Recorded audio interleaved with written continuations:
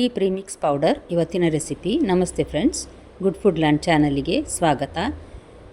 ಬಿಸಿಯಾದ ನೀರೊಂದಿದ್ದರೆ ಸಾಕು, ಈ ಪ್ರೀಮಿಕ್ಸ್ ಪೌಡರ್ ಹಾಕಿ ತಕ್ಷಣ ಟೀಯನ್ನು ರೆಡಿ ಮಾಡ್ಬೋದು ನಾವು. ಹಾಗಾದರೆ ಈಗ ಇದನ್ನು ಹೇಗೆ ಮಾಡೋದೆಂದು ನೋಡುವ ನಾವು. ಅರ್ಧ ಕಪ್ಪಿನಷ್ಟು ಟೀ ಪೌಡ್ರ್ ತೆಗೆದುಕೊಂಡಿದ್ದೇನೆ ನಾನು. ಯಾವುದೇ ಕಂಪನಿಯ ಟೀ ಪೌಡ್ರ್ ಆಗ್ತದೆ ಇದಕ್ಕೆ. ಇದೇ ಆಗಬೇಕು ಅಂತ ಏನಿಲ್ಲ, ಇದೇ ಆಗಬೇಕು ಅದೇ ಆಗಬೇಕಂತ ಏನಿಲ್ಲ. ಅದನ್ನೀಗ ನೋಡಿ ಜಾರಿಗೆ ಹಾಕಿದ್ದೇನೆ ನಾನು. ಇಲ್ಲಿ 3/4 ಕಪ್ಪಿನಷ್ಟು ಸಕ್ಕರೆ ತೆಗೆದುಕೊಂಡಿದ್ದೇನೆ. ಅದನ್ನು ಅಷ್ಟೇ ಜಾರಿಗೆ ಹಾಕಿದ್ದೇನೆ. 3/4 ಅಥವಾ ಅರ್ಧ ಕಪ್ ಸಕ್ಕರೆ ಸಾಕಾಗ್ತದೆ. ಸಿಹಿ ಜಾಸ್ತಿ ಬೇಕನ್ನಿಸಿದರೆ ಹಾಕ್ಕೊಳ್ಬೋದು, ಇದು ಇಷ್ಟು ಸಾಕಾಗ್ತದೆ. ಇದು ನೋಡಿ ಒಣಶುಂಠಿ, ಒಂದು 2 ಇಂಚಿನಷ್ಟು ಒಣಶುಂಠಿಯನ್ನು ನಾನು ಸ್ವಲ್ಪ ಅದನ್ನು ಕಟ್ ಮಾಡಿ ಹಾಕಿದ್ದೇನೆ. ಒಂದು 8 ಏಲಕ್ಕಿ. ಇದನ್ನೀಗ ನಾವು ಮಿಕ್ಸಿಯಲ್ಲಿ ಫೈನ್ ಪೌಡ್ರ್ ಮಾಡುವ. ನೋಡಿ, ನಾನೊಂದು 3/4 ಕಪ್ಪಿನಷ್ಟು ಸಕ್ಕರೆ ಹಾಕಿದ್ದೇನೆ. ಕಡಿಮೆ ಸಕ್ಕರೆ ಸಿಹಿ ಬೇಕನ್ನಿಸಿದವರು ಅರ್ಧ ಕಪ್ ಹಾಕ್ಕೊಳ್ಬೋದು. ನೋಡಿ, ಈಗ ತುಂಬ ನುಣ್ಣಗೆ ಪೌಡ್ರ್ ಆಗೋದಿಲ್ಲ. ಕೆಲವು ಮಿಕ್ಸಿ ಜಾರ್ ಒಳ್ಳೆದಿದ್ದರೆ ಕೆಲವು ಪೌಡ್ರ್ ಮಾಡುವಂಥದ್ದೇ ಅದರಲ್ಲೇ ಆಗ್ತದೆ. ಇದರಲ್ಲಿ ಸಾಧಾರಣ ಪುಡಿ ಆಗಿದೆ. ಈಗ ಇದನ್ನು ನಾವೀಗ ಒಂದು ದೊಡ್ಡ ಅಗಲದ ಒಂದು ಬೌಲಿಗೆ ಹಾಕುವ. ಹಾಕಿ ನೋಡಿ, ಇದು ನೋಡಿ ತೀರಾ ಸಣ್ಣಗೆ ಇದಿರುವ ಸ್ಟ್ರೈನರ್ ಇದು.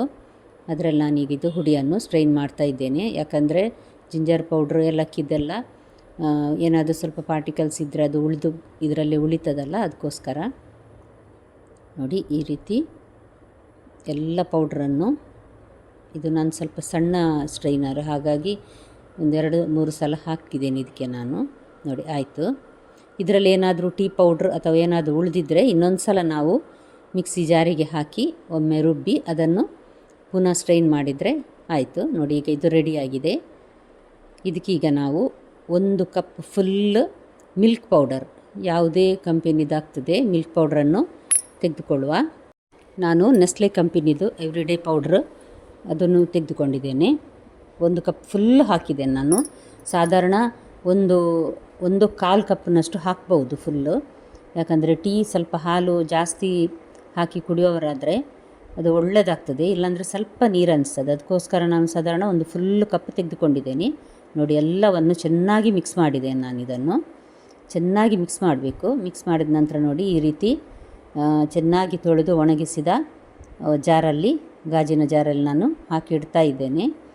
ನೆಂಟರು ಯಾರಾದರೂ ಬಂದರೆ ಅಥವಾ ನಮಗೇನಾದರೂ ತಕ್ಷಣ ಬೇಕನ್ನಿಸಿದರೆ ಬಿಸಿನೀರನ್ನು ಮಾಡಿ ಇದನ್ನು ಹಾಕಿ ಮಾಡಿದರೆ ರೆಡಿ ಆಗ್ತದೆ ಪಕ್ಕನೆ. ತುಂಬ ಹೊತ್ತು ಕುದಿಸುವ ಇದೆಲ್ಲ ಅಗತ್ಯವೇ ಇಲ್ಲ.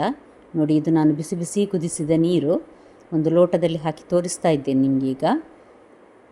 1 ಟೀ ಚಮಚ ಸಾಕಾಗ್ತದೆ. ಸ್ವಲ್ಪ ಖಡಕ್ ಟೀ ಕುಡಿಯುವವರಾದರೆ 1 ಟೇಬಲ್ ಸ್ಪೂನ್ ಹಾಕಿ ಮಾಡ್ಬೋದು.